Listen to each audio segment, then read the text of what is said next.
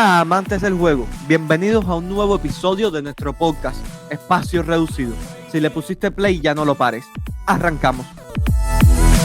Espacio Reducido. Hola amantes del juego, bienvenidos a este segundo episodio o a esta segunda sección en la cual estaremos charlando sobre juegos, sin dudas un tiempo que disfrutamos muchísimo y que seguro estamos que ustedes del otro lado de la pantalla lo harán igual.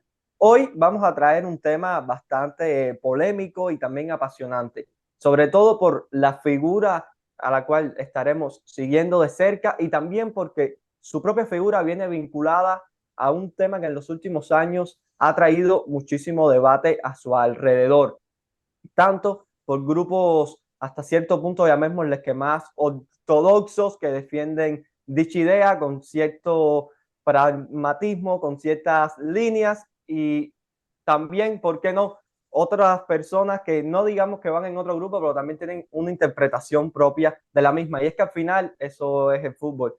Pensamientos diferentes, pero que a la vez todos pueden reunificarse y, ¿por qué no?, que exista cierta socioafectividad que deriven en buenísimos resultados, en buenísimo rendimiento también. Y es que estaremos hablando justo hoy de Frenkie de Jong. Pero antes quisiera también presentar a los que me acompañan hoy, y es que estaremos haciendo, digamos que una especie de medio campo. Vamos a ubicarnos que estamos jugando en un 4-3-3 y estamos conformados por estos tres mediocampistas. Les doy las libertades a ustedes de que elijan quién prefiere ser. Tenemos un medio centro, un interior de base y un interior que se desempeñe más en zonas entre líneas. Ruchi, como eres invitado, te doy la bienvenida y te doy a que elijas una opción y expliques por qué crees que estés desempeñándote, digamos, en esa posición o dentro de ese rol en el día de hoy. ¿Qué tal? ¿Cómo estamos, amigos? Pues qué buena pregunta. Pues mira, yo me pondría de 6.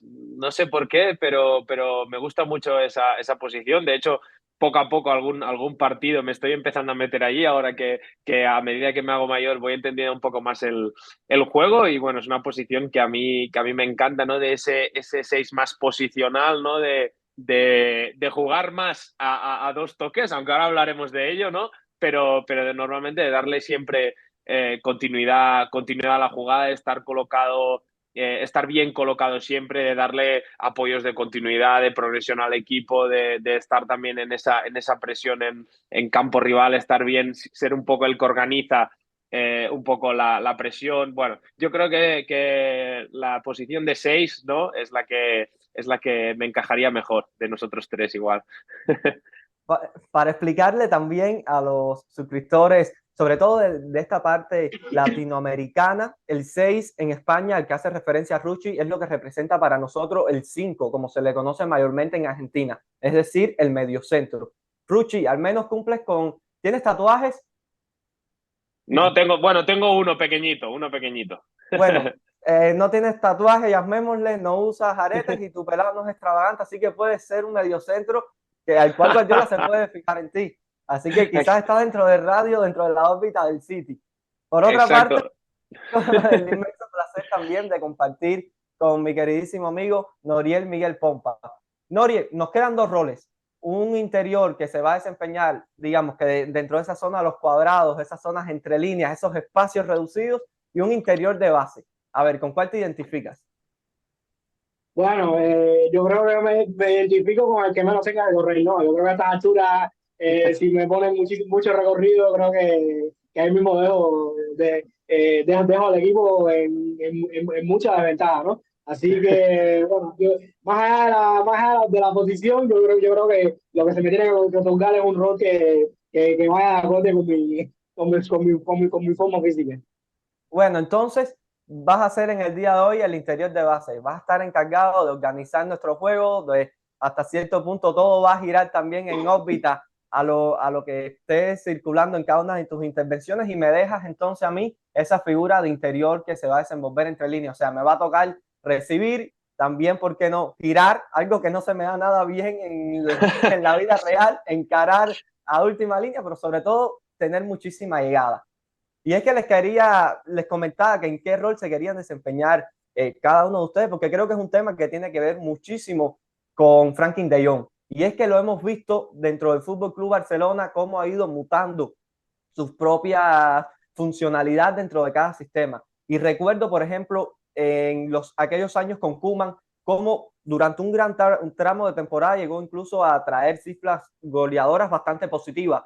Recuerdo que pisaba muchísima área, teniendo incluso más altura, siendo Bussi todavía en aquel momento el dueño de esa base, y lo vimos en un rol bastante diferente al rol que desempeña en el día de hoy. Y antes de comenzar a hablar del Franklin de Jong de la actualidad y hasta cierto punto todas estas interrogantes que giran a su alrededor dentro del modelo, la filosofía del juego de posición y otros temas hasta cierto punto inherentes, quisiera preguntarle por ese Franklin de Jong que hasta cierto punto está quedando un poco en el olvido, llamémosle, a día de hoy, pero que durante varios tramos de la temporada, sobre todo con Koeman, creo que terminaba sacando un rendimiento bastante positivo. Sí, si quieres arranco yo. A ver, el Frenkie de Jong, ¿no? Que se firmó del Ajax. En el Ajax era un jugador que jugaba en un 4-2-3-1, ¿no? Que tenía esa libertad, ¿no? Para moverse un poco. Bueno, tenía un 6 más posicional y él era más un 8, ¿no? Para decirlo así, que se podía mover con más libertad. Entonces llega un Barça que aún está un poco con la idea si queremos hacer juego de posición, hay que seguir con el 4-3-3, ¿no? De toda la vida, ¿no? Que es una cosa que sí, que dio sus frutos y que la verdad que se sacó una ventaja increíble de ese sistema, ganando un montón de títulos, pero que llegó un momento que yo creo que en un fútbol moderno de ahora, que ya las estructuras están quedando un poco, bueno, estructuras, que si miras los mejores equipos es difícil decir realmente qué estructura juegan. Y me acuerdo una rueda de prensa de Arteta que dijo, no, es que en este partido yo he utilizado 42 estructuras. Y, ¿sabes? En un fútbol que está cambiando tanto, yo creo que a Frenkie de Jong se le pedía una cosa que no que él no encajaba, ¿no? Que se le pedía que él jugara como interior en ese 4-3-3 entre líneas, ¿no?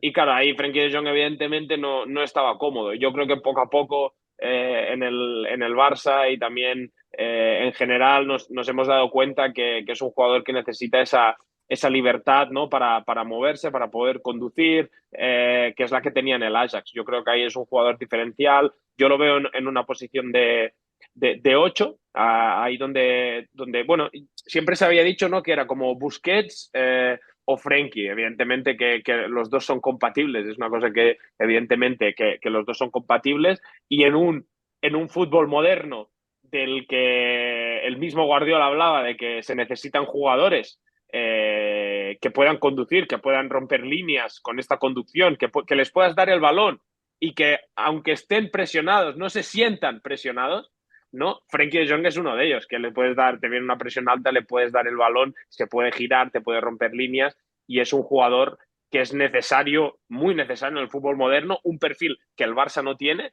y que evidentemente que para mí es un gran jugador que el Barça necesita. Y ahí tienes la pura imagen de que este perfil de jugadores importantes, el City ahora firmando a Kovacic, firmando a Mateus Nunes, lo dijo en una rueda de prensa Pep, para mí hoy en día este perfil es clave porque ahora ya las ventajas ya no se generan solo a través del pase, que durante muchos años las ventajas se generaban solo a través del pase, sino que ahora necesitas generar ventajas a través del regate, pero también a través de la conducción.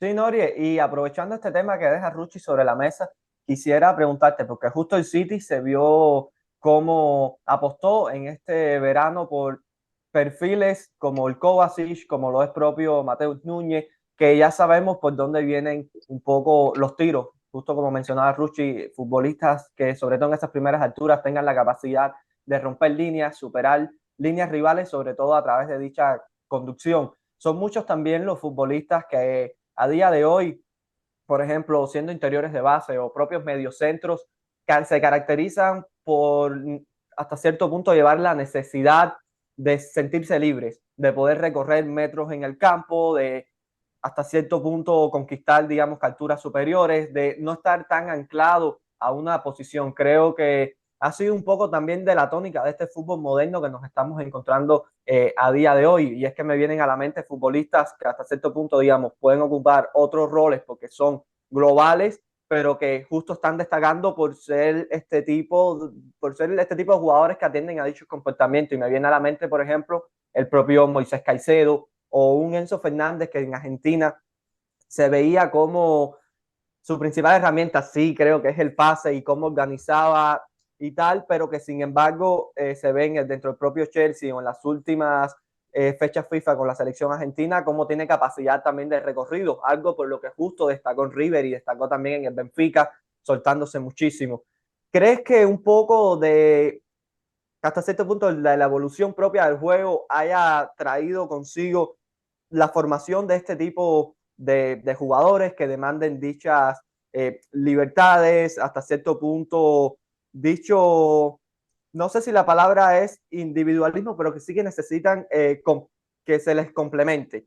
Ya las formas de complementarlas pueden ir variando, claro, en función del modelo de juego, de compañeros que se tengan, pero atendiendo hasta cierto punto a sus características.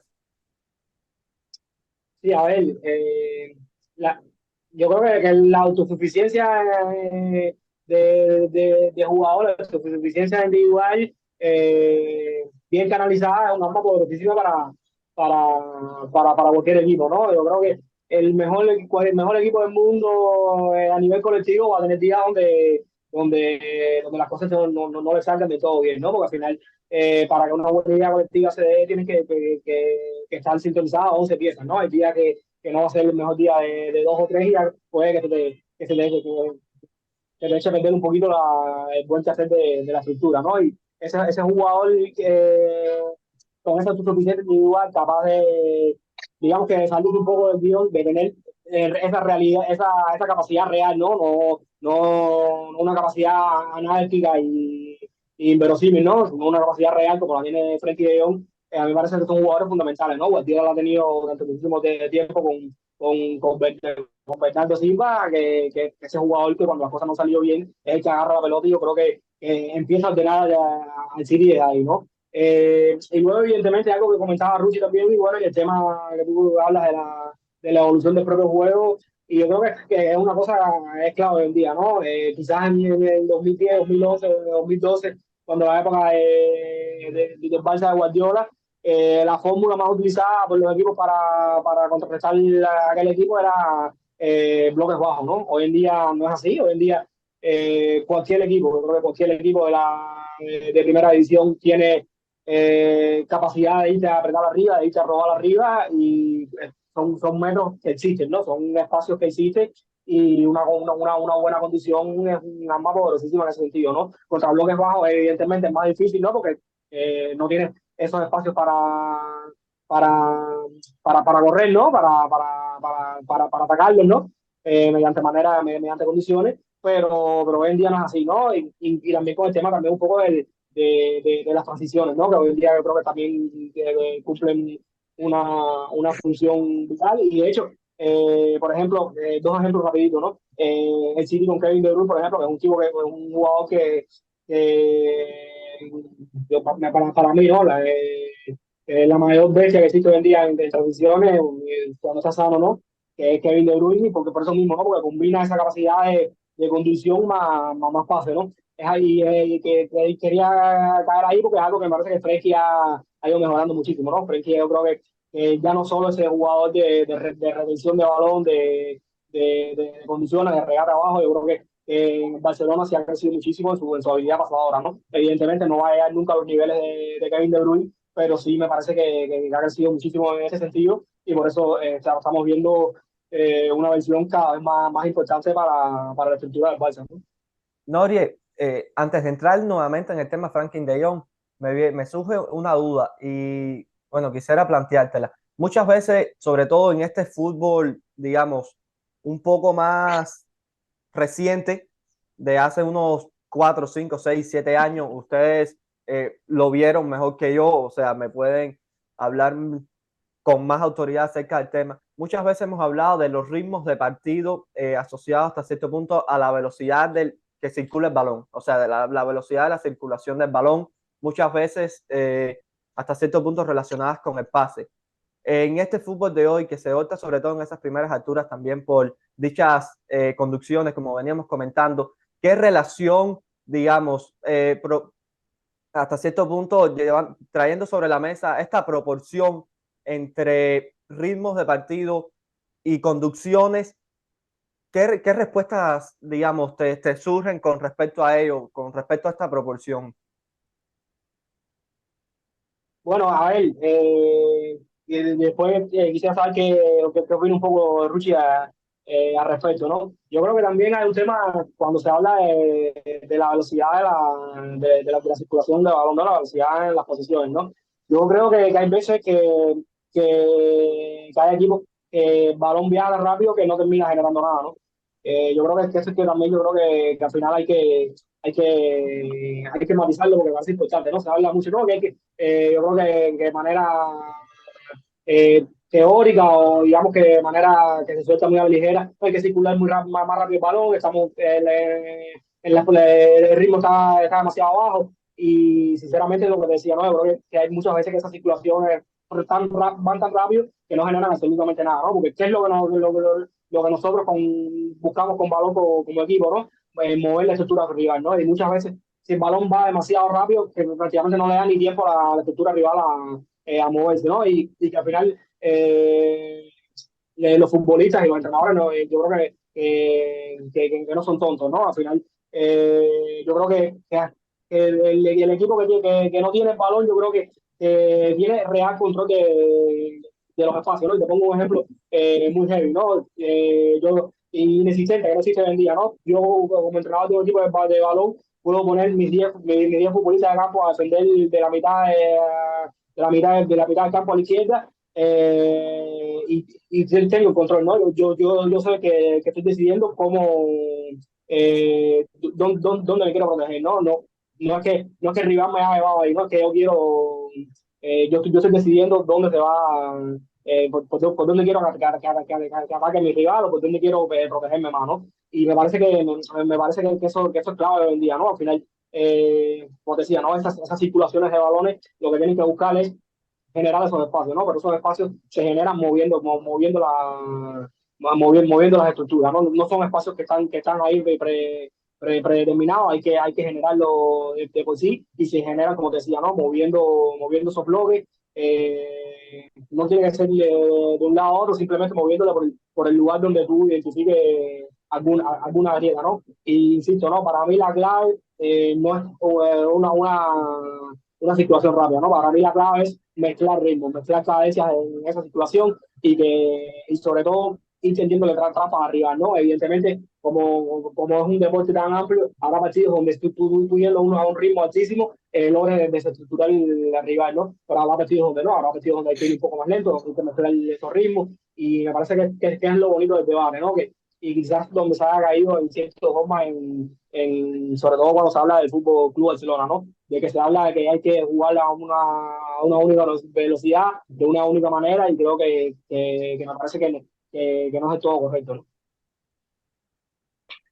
Sí, sí, Nori, mira, tú lo has dicho muy bien, es que la clave es esa, que mucha gente se confunde o se ha confundido durante muchos años el mover el balón con mover al rival, o sea, es totalmente distinto, ¿no? Se sigue pensando que hay que mover el balón rápido, pero no, al que hay que mover es al rival, el que se tiene, es la estructura del rival, como tú has dicho, y es una cosa que yo me he encontrado mucho ahora que cuando he salido fuera al extranjero he estado en Finlandia, en Islandia o incluso ahora en Estados Unidos, ¿no? Que es como se tiene la imagen del Barça de Guardiola, de un equipo que jugaba muchas veces combinaciones de uno, dos toques, pam, pam, pam, pam. Entonces se tiene ahí la imagen como de hay que jugar rápido, dos toques, pam, pam, pam, pam. Y entonces aquí yo me he encontrado muchas veces entrenadores, ¿no? En mis distintas experiencias que te piden eso, que siempre juegues rápido. Y claro, a mí me ha pasado muchas veces el típico equipo como central, el tipo equipo que te presiona 4-4-2 y está esperando a que tú le mandes el balón al lateral para emparejarte. ¿No? Y tienen como ese desencadenante de presión que cuando tú como central juegas el balón con el lateral, te van a morder ahí, te van a emparejar. Y el entrenador te sigue pidiendo que juegues rápido, que juegues rápido, que juegues rápido.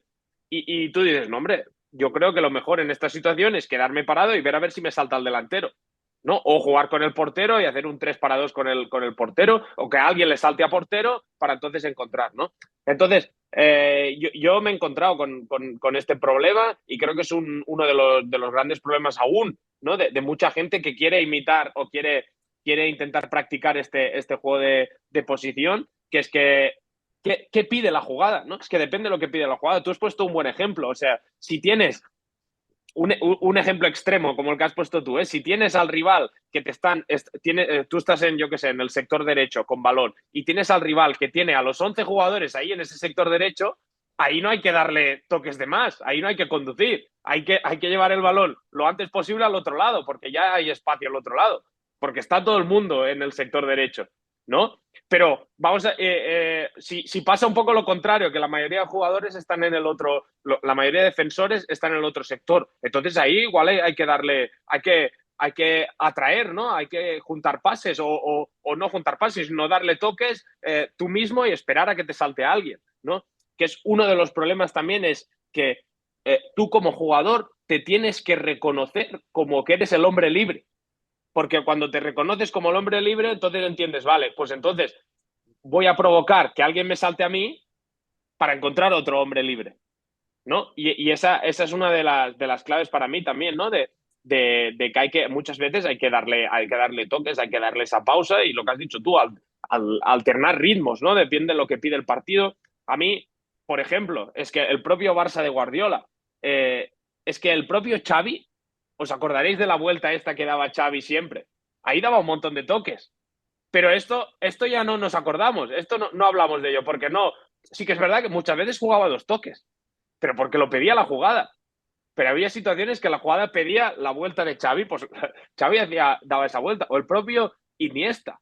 Iniesta era un jugador que también conducía muchísimo, pero que cuando tenía que jugar a dos toques y tenía que recibir un balón entre líneas y meter un último pase, también lo hacía, ¿no? Entonces, claro, es que muchas veces intentamos eso, pues no, es que el Barça Guardiola era siempre a dos toques. No era siempre. Entonces, cada vez que hay un jugador, cada vez que hay un jugador que le da muchos toques al balón, tipo Bernardo, tipo Frenkie, vamos a ver si mejora la jugada. Cada vez que el balón pasa por él, la jugada mejora, entonces está bien.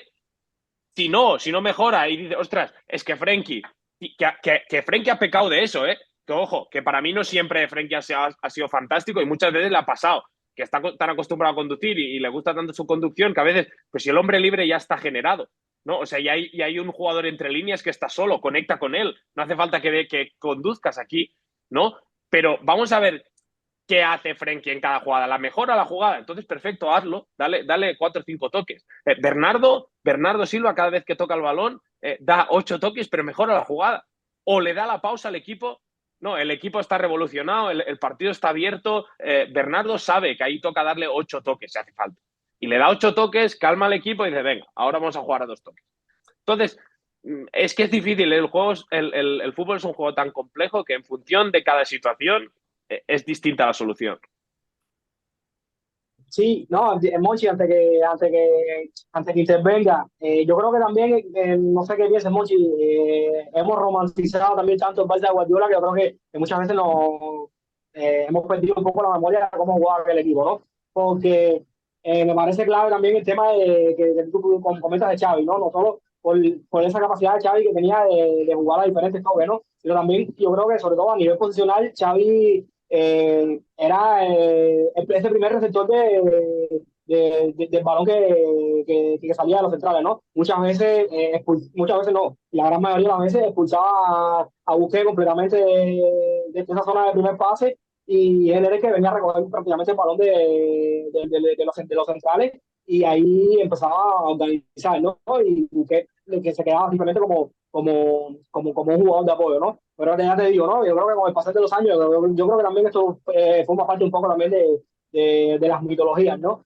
Yo creo que al final vamos creando un aura y creando, digamos, que un mito, ¿no? Alrededor de ciertas cosas que quizás se van con el paso del tiempo alejando un poco de la realidad, ¿no? De lo que realmente terminó sucediendo, ¿no? Y a lo que comenta Ruchi, yo creo que también me quedo con eso que te comentaba, sobre todo del posicionamiento de Xavi o del rol de Xavi como fin, ¿no? Y luego lo que comenta también, yo creo que del tema del hombre libre me parece clave, ¿no? Y lo hemos comentado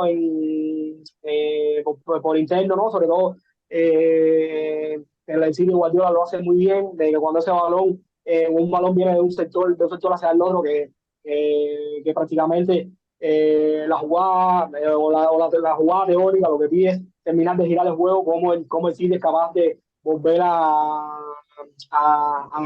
jugar, a llevar su posesión, su circulación de balón al mismo sitio, ¿no? Es decir, el balón viene por derecha, recibe error y en vez de girar a la izquierda, que es lo que viene la acción, termina jugando de nuevo por derecha, ¿no? Cogiendo a contrapié a toda una estructura que ya estaba de antemano preparada para bascular, ¿no? Y eso también me da un poco de pie también al concepto del hombre libre, ¿no? Y me parece que es un buen debate, ¿no? El tema de hasta cuándo el hombre libre es hombre libre, ¿verdad? ¿No? Por ejemplo, me viene a la mente, sé que es partido de pretemporada, pero me parece que el ejemplo un ejemplo que puede ser bastante claro, ¿no? El partido Arsenal y Barcelona de esa pretemporada, como la estructura de presión de Arteta dejaba completamente libre a Serginho Dest, ¿no? Y lo entrelazo con eso que decía Rucci, ¿no? Que muchas veces que el rival está esperando a que le salten a que juegue con su lateral para luego saltarle ahí, ¿no? Entonces, sí, su lateral está libre en cierto momento, ¿no? Pero no es un hombre libre, es un jugador que prácticamente el plan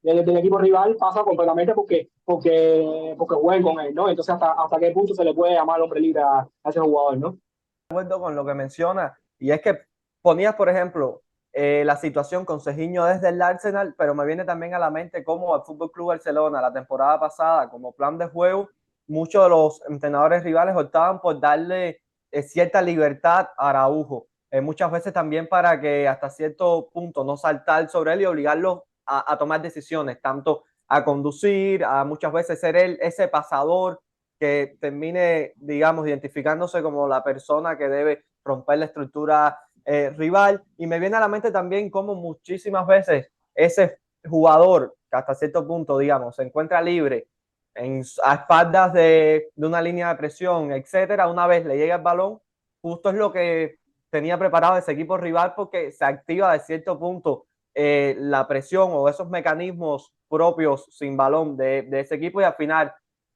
más que darles el balón para un jugador que va a tener soluciones, terminas hasta cierto punto perdiendo propias soluciones de ese equipo que tiene el balón por una mala lectura, llamémosle, o también hasta cierto punto, más que una propia mala lectura colectiva, mal lectura del propio pasador, pero también del receptor, que muchas veces no tiene hasta cierto punto el escáner bien organizado ese día, bien ajustado, y simplemente por pensar que tiene a los jugadores a una distancia X reconocible, no se entiende a sí mismo como que quizás una recepción puede terminar luego en que no tenga línea de pases para sus compañeros o las rutas por las cuales progresar no sean las mejores y ya se vea obligado a ciertos comportamientos, llamémosle que más individualistas, más de recrear lo que es la propia creatividad, etcétera, que al final, digamos, no terminen dando las soluciones necesarias para dicho jugador y también para todo la circulación de balón del equipo. Y me venía también a la mente cómo cuando se venía hablando eh, con, con respecto a esto de los futbolistas que optan por 2, 3, 4, 5 toques, llevar el balón, aguantar, jugar con esos tiempos. Y creo que también es una de las mejores, hasta cierto punto, formas también de batir dichas presiones, porque al final de terminar jugando con los saltos del rival que no sean hasta cierto punto mecánicos, que ya no sea algo que el propio, digamos, que la propia intuición te lleve a estar saltando siempre para recuperar el balón y ya tú tener que hasta cierto punto pensar más, tener que decidir, que yo creo que es algo extremadamente importante en el fútbol para un entrenador y es darle capacidad de respuesta a sus jugadores para que sepan decidir bien. Pero también creo que ante jugadores que no toman siempre la mayor calidad de las decisiones, tú como rival debes obligarlos justo a que decidan, para obligarlos justo hasta cierto punto que se vean obligados también a equivocarse. Y creo que esto aquí puede terminar siendo una de las claves, jugar constantemente con esos intercambios de timing, de que el rival no termine de reconocer cuándo saltar, cuándo estar, porque sobre todo al final estos equipos que se ubican en intermedias, sabemos la importancia, así que va a tener la trayectoria, pero sobre todo la importancia que juega el timing, porque un segundo tarde o un segundo de apresuramiento termina descompensando a todo lo que está a su alrededor. No sé si estén de acuerdo conmigo, y es que me viene a la mente, por ejemplo, las propias palabras de Mitchell, no recuerdo ahora el partido en el que le decía a sus jugadores que la tuviesen, que imaginaran como que estaban en el barrio, que la tuviesen, que la aguantaran, que amagaran, sobre todo para jugar, yo creo, con estos comportamientos rivales también. Sí, yo es que justo iba a comentar esto del tema de Mitchell, ¿no? Que era un partido contra el Sevilla, que el Sevilla es un equipo que presiona, bueno, ahora han cambiado de entrenador, pero con Mendilibar, que presionaba muy bien arriba. Y les dijo, creo que en ese descansito, les dijo, no, es que no hay que jugar rápido, hay que quedársela, jugar como en el barrio, hacer estas conducciones, ¿no? Lo que hablábamos de estar presionado o sentirse presionado, ¿no? Y esto, por ejemplo, Bernardo lo hace de maravilla, ¿no? Que recibe el balón, aunque tenga presión, pero te hace una finta, ¿no? Te hace una finta de esas que hace él y no te destroza la presión, porque no dribla al rival, por decirlo de alguna forma, pero ya se genera este espacio de 2 segundos que le permita al equipo pues encontrar un pase de progresión, que le permita al equipo rival se desorganiza un poco y ahí entonces es cuando Bernardo calma el juego, ¿no? Entonces, bueno, es muy interesante lo que has comentado. También es muy interesante el tema de lo que comentaba Nori del hombre libre. Y sí, es ir jugando un poco con eso. A mí, por ejemplo, ya sabéis que me gusta mucho Marcelo Bielsa y muchas veces en ese hombre que propone, ¿no? De que los dos mediocentros persiguen, incluso imagínate en un equipo, en un teórico 4-2-3-1, ¿no? En que todos los mediocentros están presionando y el punta lo que hace es orientar la presión a uno de los lados. Ahí, yo, por ejemplo, a los equipos de Marcelo Bielsa, el que es el hombre libre del rival es el central, ¿no? Que es el que puede progresar. Yo he visto equipos que el central empezaba a conducir y se metía en la boca del lobo y tenía la calidad suficiente para meterse en la boca del lobo y luego sacar un pase. Y eso a equipos de Bielsa les costaba más, ¿no? Porque o incluso equipos de Berizzo cuando estaba en el Celta. Me acuerdo un Celta Real Sociedad que Íñigo Martínez era el central de la Real Sociedad hace años ya. Y claro, Berizzo hacía el hombre por hombre, pero Íñigo empezaba a conducir y se metía casi en el área. Pero ahí está la gracia. Si el central tiene la calidad suficiente para hacer esa conducción, pues te puede reventar la presión. Pero si no la tiene, porque hay muchos centrales que no son capaces de meterse en la boca del lobo, que lo entiendo, ¿no? Porque si tú eres capaz de en ese momento, el central se mete en la boca del lobo, pero uno de los mediocentros, oscureciendo un poco a su marca, es capaz de saltarle, y ahí ya no es capaz de encontrar un tercer hombre o lo que sea, entonces ahí es un problema. Entonces, claro, ahí está la gracia, ¿no? También que el rival pueda preparar, decir, bueno, pues dejo a este Araujo como hombre libre porque sé que si se tiene que meter a conducir, pues no es una ventaja realmente para ellos porque no es un gran jugador en ese sentido. Pero eso también se puede trabajar, que es una de las cosas que a veces creemos que el futbolista de élite no puede mejorar, que ya tiene unas características bueno, que las tiene ya de base y que no hay tiempo para... No, yo creo que es que hay tiempo para... Es verdad que cada vez hay menos tiempo para entrenar, eso es verdad, pero a través del vídeo, de los partidos, de las experiencias, se pueden trabajar esas cosas y bueno, es un tema muy, muy interesante, la verdad. No, y sin duda, Ruchi, también eso que tú comentas, también yo creo que también entra en la parte del trabajo individualizado, ¿no? Y trabajo micro también, ¿no? Que al final, lo que tú comentas, como Íñigo Martínez, como un jugador es capaz de romperte una estructura, ¿no? Que quizás con otro central completamente, otro perfil completamente distinto, eso fuera completamente imposible, ¿no? Por eso Exacto. yo insisto muchísimas veces en eso, ¿no? En el trabajo individual, sobre todo en el plano micro, y sobre todo porque ya que estamos hablando de los centrales, me parece que es algo vital, ¿no? Hoy en día no, yo creo que esto es probablemente es una de las claves históricas del fútbol, que si el balón no sale bien construido atrás, es prácticamente imposible que llegue en buenas condiciones al frente, ¿no? Y entonces vemos, por ejemplo, centrales que llevan 6, 7, 8 años en primera división y prácticamente no han sido capaces de mejorar absolutamente nada, ¿no? Y, y sinceramente, yo te digo, ¿no? Evidentemente no es sencillo porque, bueno, Ruchi va a saber mejor que nadie, ¿no? Al final, el fútbol es un deporte muy complejo, pero yo creo que sí, hay aspectos que sí son más trabajables que otros y se pueden mejorar, ¿no? Y rapidito, lo que comentabas tú, Monchi, el tema de, del estímulo, ¿no? Por así llamarlo, ¿no? De saber cuándo saltar y de que todo el mundo identifique cuándo lanzarse a la presión. A mí me viene a la mente el tema que hemos comentado, ¿no? El tema de jugadores tipo Bernardo Silva, ¿no? Porque, y a mí me parece que son los jugadores que lo rompen todo, ¿no? Porque lo que mencionaba Ruchi, ¿no? Un equipo rival que se enfrentaba a él, a lo mejor sabría que cuando el pase iba al lateral tenía que saltar todo el mundo, ¿no?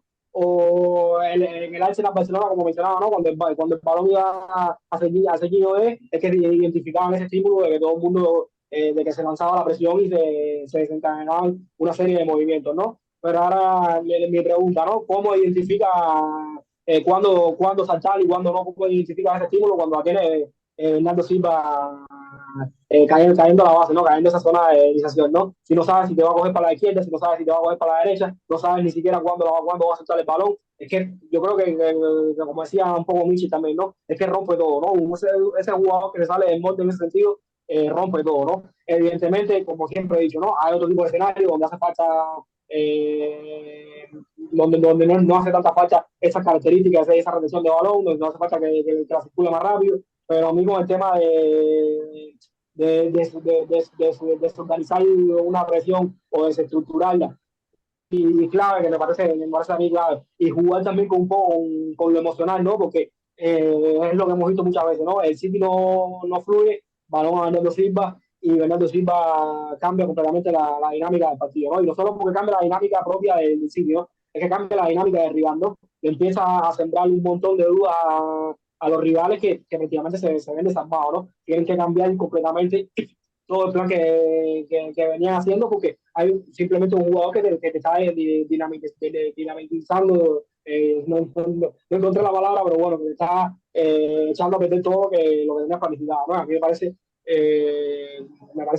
algo fundamental, ¿no? Y insisto, ¿no? Ojalá se le dé más valor, al menos a la hora de interiorizarlo en los análisis, ¿no? Me interesa, ¿sabe? Cómo también hemos llevado hasta cierto punto este concepto que queríamos traer a la charla, también ligándolo un poco con presión, porque en los comentarios del video anterior, justo un usuario nos pedía que hablásemos acerca de la presión, incluso nos mandaba unos datos que archivé, que pensaba traerlos para otras charlas, pero bueno, ya también aquí le hemos comentado un poco acerca de ello y creo que va a ser interesante también para todos los suscriptores que le interesa estos temas. Y Norie, me venía también a la mente cuando venías comentando estos propios estímulos, digamos, que el rival pueda percibir ante estos jugadores de la clase de Bernardo, y es que al final también hasta cierto punto creo que es un reto para la propia estructura y los propios compañeros de Bernardo, porque también tienen que tener hasta cierto punto la capacidad de hasta ser, llamémosle que saber cuándo desligarse de su marca, cuándo también estar en alguna zona adecuada, porque al no ser, digamos que ya mecanismo que tú tienes trabajado entre semanas, que tú sabes que siempre que el balón llega al lateral va a tener, digamos, dos líneas de pase general que tú la vas a recibir, y ya todo, digamos, todos los movimientos propios son más mecánicos, creo que es un propio reto también para los compañeros el saber identificarse, digamos, estar a la altura de hasta cierto punto el propio razonamiento que está teniendo ese poseedor. Sí, rapidito. Yo creo que esa es la gran diferencia entre los grandes jugadores y los que no son tan buenos, ¿no? Bernardo Silva, Frenkie de Jong, el propio Berratti también, que me parecía un buen ejemplo de ese sentido. Yo creo que por pura intuición, por pura, no sé, yo creo que por pura sinergia del propio juego, del propio fútbol, todo va cobrando sentido de una manera natural, ¿no? De una manera que yo creo que no podemos explicar mediante la teoría de por qué pasa, ¿no? Y me parece que es la, como decía, ¿no? Es la gran diferencia, es lo rico de este deporte, ¿no? Que hay cosas que yo creo que escapan a cualquier teoría. Y ahorita cuando mencionabas a Bernardo Norie, también me venía un tema a la mente y es que cuando hablamos de conducción se tiende a visualizar esa conducción vertical, esa conducción diagonal, pero creo yo que pocas cosas más efectivas en algunos contextos que una conducción horizontal.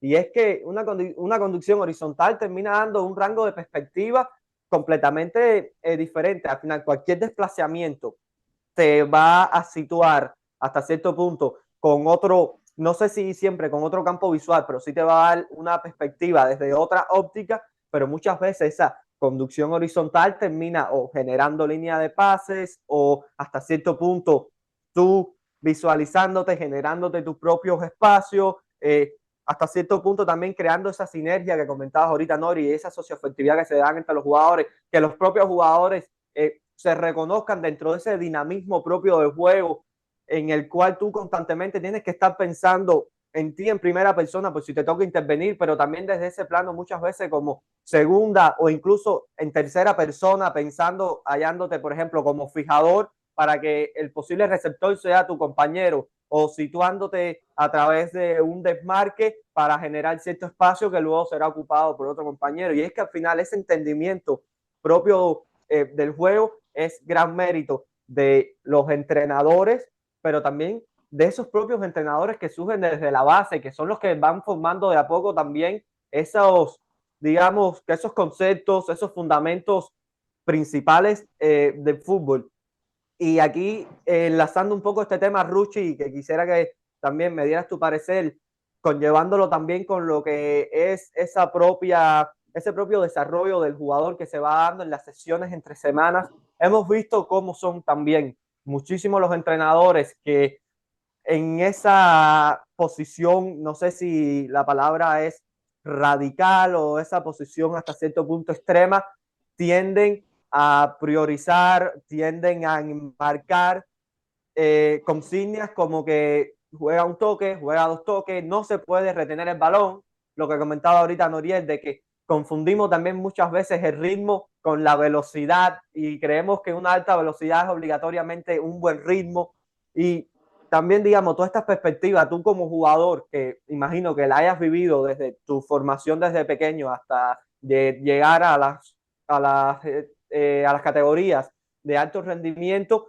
y cómo también, digamos, el jugador hasta cierto punto, si sabes que el entrenador te dice, no, juega dos toques, pero tú en tu mente dices, bueno, cada vez que lo está haciendo dos toques, la va perdiendo, como que ese entrenador también va perdiendo su crédito. Y bueno, quisiera que me comentaras tú desde tu posición como jugador y también un consejo para todas aquellas personas que estén practicando fútbol, también todos esos entrenadores que están viendo este podcast, este video y que, digamos, tienen ya esa manía de optar por este tipo de situaciones cuando muchas veces no son las correctas. Sí, mira, antes de entrar en el tema de las tareas a dos toques y esto, a mí me gustaría comentar lo de las conducciones horizontales, ¿no? Que lo has comentado tú. Es que me parece clave y me parece que hoy en día en el fútbol moderno, las conducciones horizontales de, por ejemplo, de los extremos que juegan a pierna cambiada, es un tema del que se habla poco, ¿no? Se suele hablar de cuando pensamos en conducciones, pensamos en la conducción vertical, como has dicho tú, pero es que esas conducciones de los extremos a pierna cambiada, de fuera hacia adentro, te dan una de posibilidades, ¿no? Para que te desdoble el lateral por fuera. lateral o quien sea, para meter pases a última línea, para que te rompan intervalo central-lateral desde el lado opuesto, que el otro día vimos el gol de Fermín contra el Shakhtar. Bueno, es que para mí esa conducción horizontal de fuera hacia adentro te da muchísimas posibilidades, ¿no? para progresar en el juego y encontrar ventajas. Y referente a lo que comentabas de las tareas, sí, yo creo que, bueno, un poco con lo que hemos comentado antes, ¿no? Durante muchos años se hablaba lo de jugar rápido, jugar a 2 toques, ¿no? Y lo hemos malinterpretado de alguna forma, ¿no? Que ahora a muchas academias se les pide a los jugadores que juegan a 2 toques continuamente. Yo puse un tuit hace poco, digo, si limitamos las tareas a 2 toques, nos perderemos a jugadores como Bernardo. Y es que si hacemos eso, vamos a tener todos robots que juegan a 2 toques, que sí, que juegan siempre a 2 toques de maravilla, pero es que la jugada, como hemos comentado, cada jugada pide una cosa distinta. Y el saber interpretarlo, ¿no? Es la clave de un buen futbolista, ¿no? Y para saber interpretar estas situaciones, tenemos que darle en los entrenamientos contextos para que eso se produzca, ¿no? Y ahí enseñarles, de mira, esta jugada no, esta jugada 2 toques. No, mira, esta jugada no, esta jugada tenías que conducir igual un poco más. No, en esta jugada, mira, ¿qué pide el juego? Llevamos 3 minutos que el juego se ha roto, pam, pam, pam, y no nos interesa, queremos ahora un poco de control. Pues ahora la jugada pide que le des 4 o 5 toques. Entonces, yo creo que la gracia está un poco en eso, ¿no? Y una de las cosas que hablabas, que para mí una de las claves de que hablamos de Frenkie de Jong y de Bernardo no es solo su conducción, es esa finta que son capaces también de hacer para llevarse al rival, ¿no? Porque no es una conducción sola, es esa capacidad para fintarte y luego conducir y superarte, ¿no? Y eso, si hubiéramos limitado a Frenkie, si hubiéramos limitado a Bernardo desde las academias, no hubiera surgido seguramente, ¿no? Pero esto surge si le haces tareas también, tareas en que, por ejemplo, no haya que encontrar al hombre libre o que no haya una superioridad, sino que sea un hombre por hombre, que le tengas que dar el balón a un jugador y que se tenga que sortear a su rival directamente. ¿No? Porque ahora ya lo que te digo, llevamos muchas tareas a que siempre hay uno de los equipos tiene ventaja numérica, pero también yo haría tareas en las que no haya ventaja numérica, ¿no? Y que tengan que superar, ¿no? A su rival mediante esa finta y esa conducción. Entonces, bueno, yo creo que es jugar con eso y es crear contextos para que el jugador interprete cada situación lo que pide la jugada. Y hay jugadas que piden 7 toques, hay jugadas que piden 2, hay jugadas que piden 1, hay jugadas que piden 4. Y ahí hay una rueda de prensa de hace poco de Juan Malillo, que imagino que la visteis, que lo dijo después de tal, que él no es, que él se sentía ofendido y se sentía culpable, ¿no? Por culpa de ese juego de posición del que él es uno de los maestros, ¿no? Que se había como malinterpretado y que ahora le sabía mal, que muchos equipos habían malinterpretado y todo el mundo quería jugar a 2 toques y que no es eso el juego de posición. Que sí que durante una época, lo que decía Nori, muchos equipos hacían bloque bajo y con el pase y con 2 toques se podían superar de un lado a otro rápido y ya encontrabas las ventajas. Pero ahora, yo te digo, el fútbol va evolucionando, cada vez te presionan más arriba y hay que buscar otras ventajas y entre ellas está esa fintas y esa conducción. Ruchi, mientras hablabas, estaba sonriendo porque me vino a la mente un melón el cual estoy dispuesto a abrir y quisiera saber la opinión de ustedes. En los últimos tiempos se ha surgido, bueno, al menos yo y Nori hemos estado cerca de un debate de, digamos, hasta cierto punto de un fuego cruzado, extrapolándolo un poco, navegando creo que también entre dos aguas con lo que viene siendo esta nueva idea que se ha traído de fútbol posicional por una parte, posicional por una parte y fútbol funcional por la otra. O sea, estos equipos que se dicen que practican más el relacionismo, sobre todo cercano a lo que viene siendo el Fluminense, estos equipos más posicionales a raíz de lo que ha sido Pep, el propio de Servi, que creo que ambos practicando el juego de posición son dos modelos de juego completamente diferentes, porque buscan, y es lo lindo que tiene el fútbol, o sea, se buscan 10.000 situaciones diferentes. Mi punto es, solemos hablar de, hasta cierto punto, de colocarlos en extremo a cierta filosofía de juego. ¿no creen ustedes? Yo y Noriel ya hemos tenido este debate por interno, conozco un poco su idea, pero bueno, quisiera compartirlo también con los suscriptores. Al menos yo soy del criterio de que todos los equipos hacen juego de posición. ¿Por qué? Porque yo creo que el fútbol en sí es un deporte en el que el valor posicional tiene digamos, esa idea posicional tiene un gran valor. Y es que, por ejemplo, el Fluminense, que se dice que es lo más aposicional del mundo, hasta cierto punto, si tú colocas, no sé, 7, 8 jugadores en el mismo sector del campo, ya estás obligando también a que la estructura defensiva rival se tenga que acomodar de cierta forma. Estás obligando también a que quizás, sí, la repartición de espacios no es la visualmente predeterminada por muchos equipos, sobre todo en Europa, pero al final estás también influyendo desde tu posición. Estás es que al final creo que eso es el fútbol. El fútbol, cada jugador desde la posición que está ocupando en el campo, ya en sí está enviando un mensaje, está en un intercambio de ideas, tanto con el rival como con sus compañeros.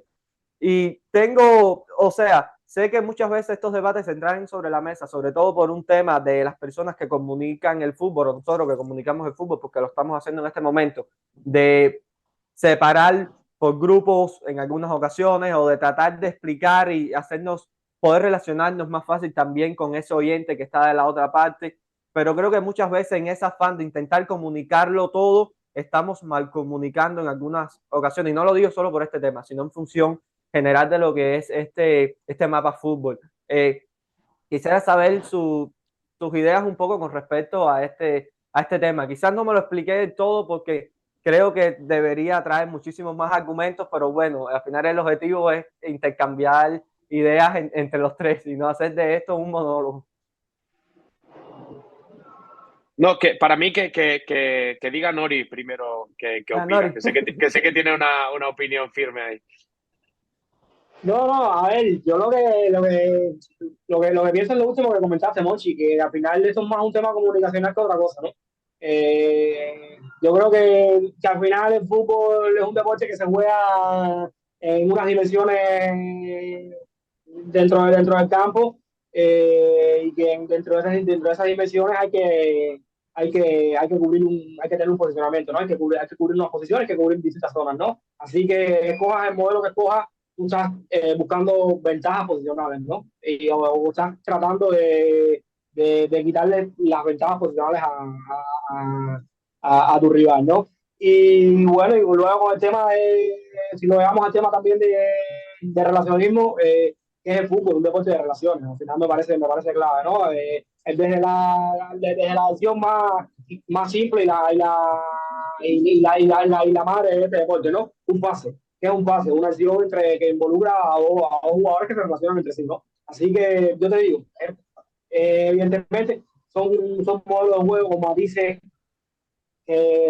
bastante distintos, pero yo creo que la batalla cultural yo creo que no va por ahí, ¿no? No va por, por el tema posicional y por el tema de relacionismo, ¿no? Por el tema funcional, ¿no? Yo creo te lo he dicho muchas veces, ¿no? Yo creo que la batalla, para mí, yo creo que la gran diferencia, yo creo que está en los niveles de confianza que se puedan llegar a ver para realizar ciertas acciones, ¿no?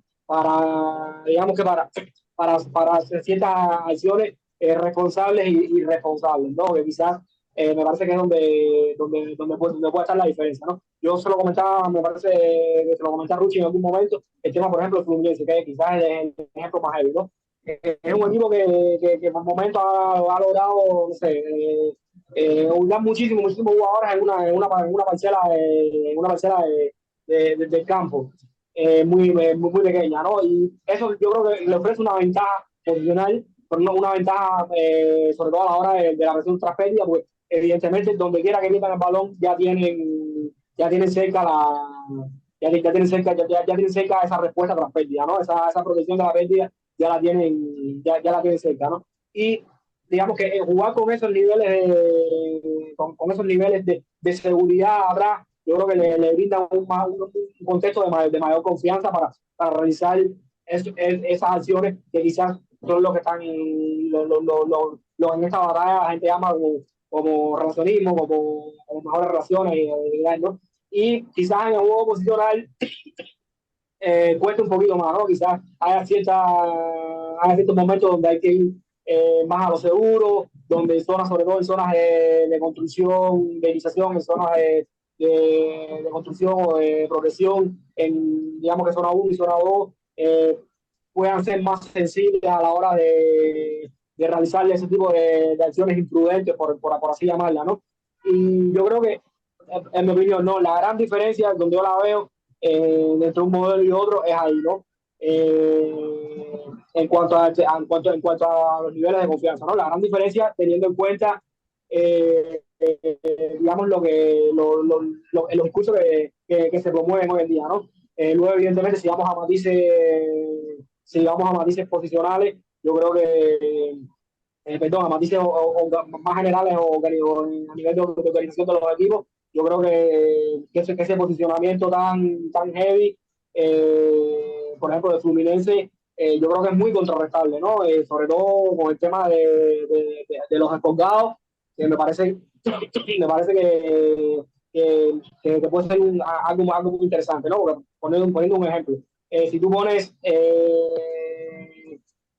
muchos jugadores en un sector, en el sector izquierdo, quizás le estás tendiendo esa trampa al equipo al equipo al equipo sin balón, al equipo que está defendiendo, y por pura intuición, por pura, digamos, dinámica de juego, ellos también sobrepoblen esa zona del balón, ¿no? Y quizás ahí le cuesta mucho también, evidentemente, en una zona muy, muy poblada, le cuesta mucho esa salida tras robo, ¿no? Pero si dejamos dos jugadores descolgados lejos, evidentemente, al final, por más superioridad numérica que pueda tener en una zona, si tú tienes una zona bien protegida, me parece que no es tan necesario sobrecargarla de hombre, ¿no? Y quizás esa necesidad, esos descolgados, te puedan ayudar muchísimo, sobre todo a la hora de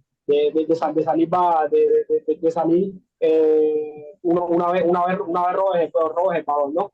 Y al final yo creo que es una pura lógica, ¿no? Si tú le descuentas a dos hombres el sector contrario del juego, como todo equipo responsable, el Fluminense va a tener que dejar dos jugadores en vigilancia para protegerse, ¿no? Ya no podrá hacer ese posicionamiento tan heavy que estaba haciendo al principio, ¿no? De hecho, rapidito, ¿no? Es algo que un debate, perdón, que tuvo hace muy poquito con el tema de Mbappé, ¿no? A mí sí me preguntan, Mbappé es un gran defensor, ¿no? Un gran defensor por eso mismo, ¿no? Porque a pesar de que parezca estar arriba del colgado, genera en el rival unos niveles de miedo que hace que al menos mínimo, le dejes dos jugadores para protegerte de futuros contraataques, ¿no? Entonces, por eso yo creo que al final es lo bonito también un poco de este deporte, ¿no? Tratar de pensar posibles soluciones a distintas problemáticas, ¿no? Y paso rapidito a encender la luz, que la niña me la trabajó de manera imprevista. Mira, Monchi, yo por no alargarnos mucho ya, para hacer la última, para cerrar, sobre este tema, ¿no? Que comentabas del juego de posición, que comentaba también Nori. Es verdad, al final, yo llevo muchos años preguntando a mucha gente, leyendo muchos libros sobre qué es el juego de posición.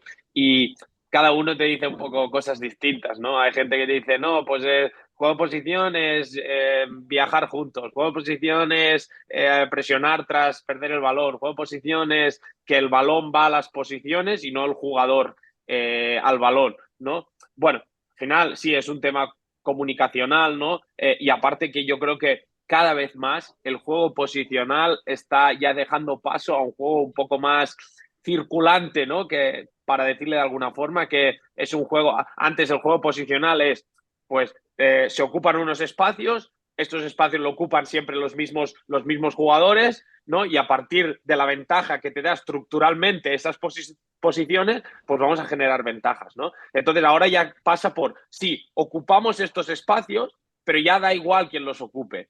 ¿no? Es un poco donde estamos ahora, ¿no? Por ejemplo, el Tottenham, ¿no? Que hay los laterales, los mediocentros y el propio Maddison se mueven por ahí el medio y tienes, sí, los tres de arriba te fijan, pero el resto se mueven por distintos espacios y tienen libertad. Yo creo que cada vez hay menos equipos que hacen más. Incluso el propio Guardiola está mutando poco a poco, ¿no? Y cada vez es un juego de posición que, bueno, yo ya diría que es más un juego circulante, que hay distintos espacios que se ocupan, pero que a veces se van rotando, da igual quién los ocupe. Por ejemplo, el Brighton sí que igual es un poco más posicional, ¿no? Que siempre están los mismos jugadores ocupando los mismos espacios. Pero bueno, al final es una forma de decirlo. Yo le diría el juego de las ventajas, por decirlo de alguna forma, porque en ese juego posicional o lo del Fluminense que comentaba Nori, o sea, no es tanto hablar de juego posicional, es hablar de esta forma de jugar te genera ventajas, sí o no. Si te genera ventajas más que desventajas, entonces no está mal. O sea, no se trata de eso. Por ejemplo, lo que decías del Fluminense, pues genera ventajas a través bueno, de que están muchos jugadores juntos, tienen ventajas socioafectivas porque conectan mucho entre ellos y tienen ventajas a nivel posicional para esa presión tras pérdida porque están muy cerca. Bueno, vamos a valorar si eso sirve en función también de los rivales, vamos a ver qué nos hace el rival, seguramente al rival le va a costar detectar esa forma de jugar, ¿no? Entonces bueno, al final yo creo que la clave está en eso, en generar ventajas. ¿Cómo las generes? Esa es la gracia del fútbol, hay mil maneras, no hay nada cerrado y yo creo que la cosa que tienen estos equipos en común es que son equipos que quieren ser protagonistas, ¿no? Que quieren dominar al rival, controlarlo y controlarlo a través del balón, ¿no? Que esa es la clave y es bueno, un poco donde podríamos encajar a todos estos equipos, ¿no? Equipos que pretenden generar ventajas a través de dominar al rival controlando el balón. Yo creo que ahí está un poco la clave. Llamarle juego posicional, llamarlo el relacionismo, bueno, se le puede llamar de mil formas. Yo a mí me gustan las dos, no soy de, o no, yo soy de esto, soy de aquello. Yo creo que el fútbol pasa cada vez más por eso, de darle, encontrarle a cada futbolista el rol adecuado, ¿no? Para que pueda fluir, ¿no? Y si a un jugador le gusta romper en ese intervalo, le gusta caer a la base de la jugada, pues tratar de no coartarlos, ¿no? De seguir dándoles esa libertad, pero sin que el equipo, sin que se acaben generando desventajas, ¿no? Que siempre se sigan generando ventajas más que desventajas. Y yo creo que ahí está un poco la clave de esto, pero sí, es un tema comunicacional y es difícil, ¿no? A veces porque no sabes exactamente de qué estás hablando muchas veces, porque lo que para mí puede ser juego de posición, para otro no lo es, y es verdad, es así. Y es que también muchas veces solemos decir, este equipo está ocupando bien el espacio, este equipo está ocupando el espacio de forma racional, simplemente por ver el dibujo que se termina visualizando sobre el campo. Pero creo que categorizar de buena una ocupación de espacio, de racional una ocupación de espacio, viene más dada también por los quienes están ocupando cada espacio y con qué estás buscando en función de dicha ocupación de espacio. Y es que también cuando hablamos también muchas veces de este juego o sea, cuando hablamos de estos equipos, digamos, que son posicionales, va en sí por la zona en la que, digamos, va a estar fluyendo esos jugadores, pero también creo que, y muchas veces olvidamos, de los perfiles sobre los cuales también se va a ir moviendo esos jugadores. Y creo que al final esto es algo que juega bastante clave en cualquier fútbol, o sea, fútbol sala, fútbol playa o el fútbol que sea, fútbol 11 contra 11 o 7 contra 7. Y es que es eso, es un deporte muy perceptivo en el que constantemente hay intercambio de formación, son 22 jugadores, 22 personas con un balón que es uno solo, que no lo pueden tener los dos equipos, lo tiene que tener un solo equipo.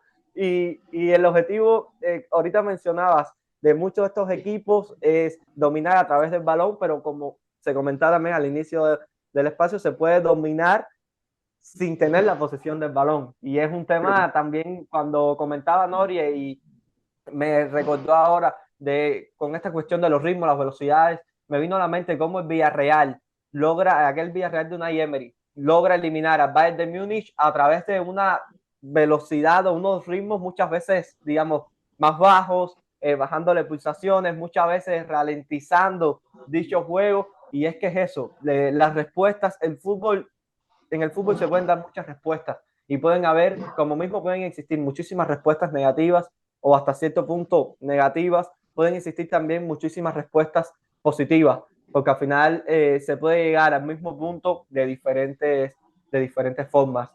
No sé si quieran agregar algo más, algún tema que se nos vaya quedando. Y al final yo creo que recordar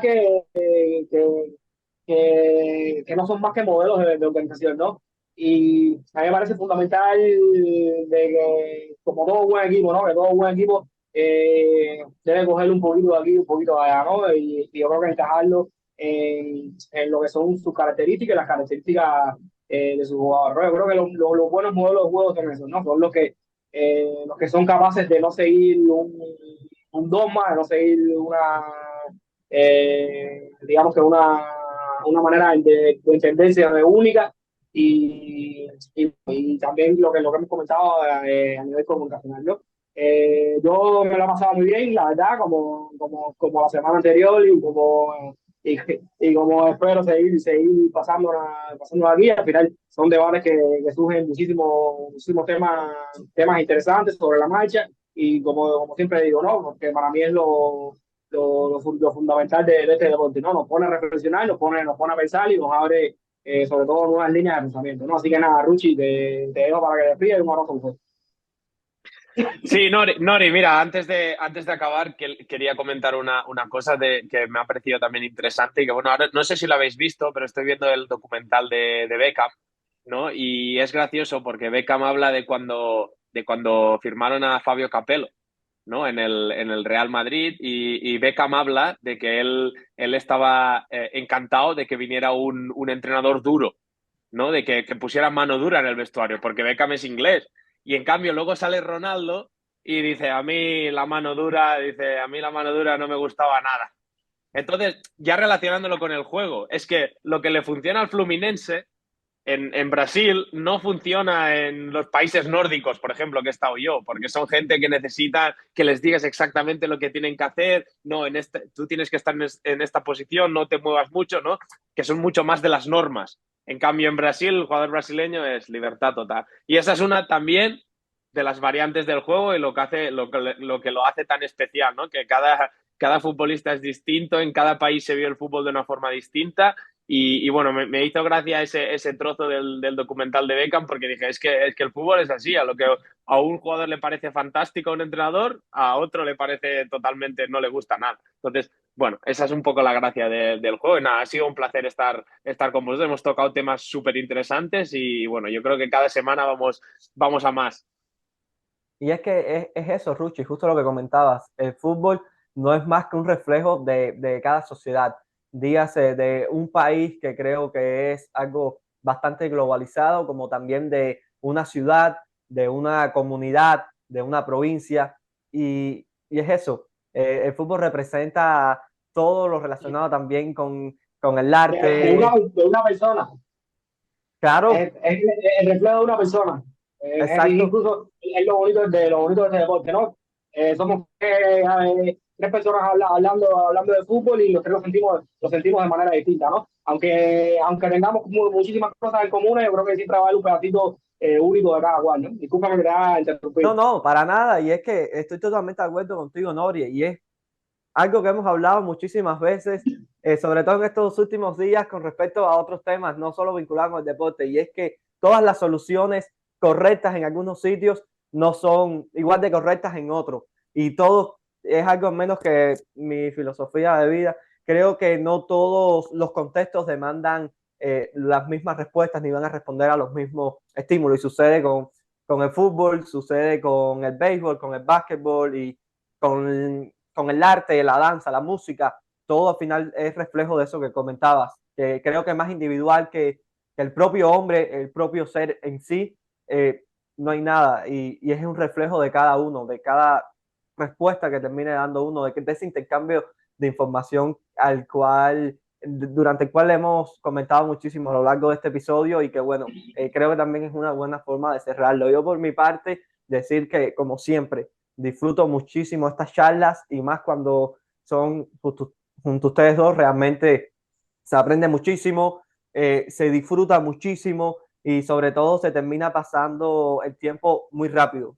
De verdad, se termina pasando muy rápido porque es así, cuando uno está disfrutando lo que está haciendo, la perspectiva del dios Crono se te desvanece, se te va hasta cierto punto de órbita. Y creo que, bueno, que espero que también haya sido igual de fructífero para los suscriptores, los oyentes, para esas personas que están del otro lado y son los que nos permite también a nosotros convertirnos en voceros y en comunicadores de este hermoso deporte, de este deporte que tanto amamos. Decirles a los suscriptores que recuerden, pueden dejarnos en los comentarios cuáles son los temas que ustedes quisieran sobre los cuales nosotros podamos debatir en los siguientes episodios. Y sobre todo eso, dennos ideas, dennos sus comentarios, también su like para que nos ayuden con los algoritmos que se desempeñan en esta plataforma. Y si puedes también suscribirte en la campanita, creo que aún se mantiene la campanita como icono de suscripción, así que bueno, se los estaríamos agradeciendo mucho, pero sobre todo eso, dejarnos comentarios, su parecer y traer más temas los cuales podamos repartir sobre esta mesa que de momento sigue siendo triangular con tres vértices. Así que bueno, esperemos que siga así por muchísimo más tiempo. Muchísimas gracias a todos los que estuvieron durante esta hora junto a nosotros y la invitación está hecha para que nos estén nuevamente junto a esta tríada en el siguiente episodio. Un abrazo a todos, nos vemos. Un abrazo.